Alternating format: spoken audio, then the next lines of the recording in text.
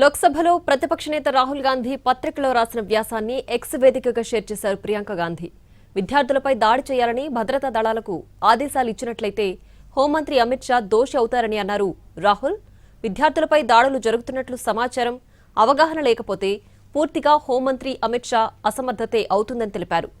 ఏ విధంగానైనా విద్యార్థులపై దాడులకు హోంమంత్రి అమిత్ షా బాధ్యత వహించాల్సిందేనని, రాజీనామా చేయాల్సిందేనని రాహుల్ డిమాండ్ చేశారు.